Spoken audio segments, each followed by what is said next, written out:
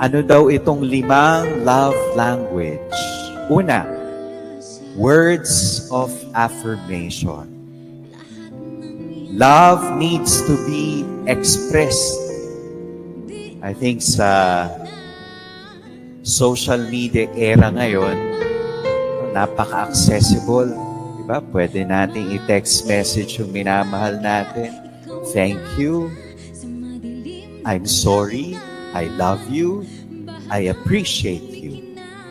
Words of affirmation. Ikalawa, quality time.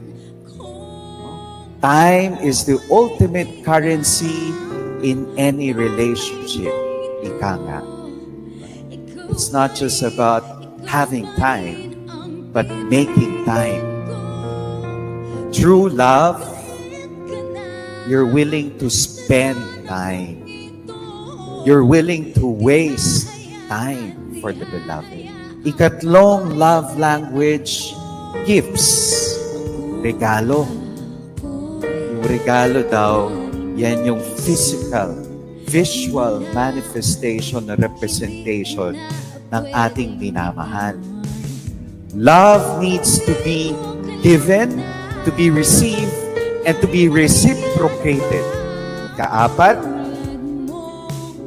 actions. Acts. Love needs to be manifested or expressed. Final love language is physical touch.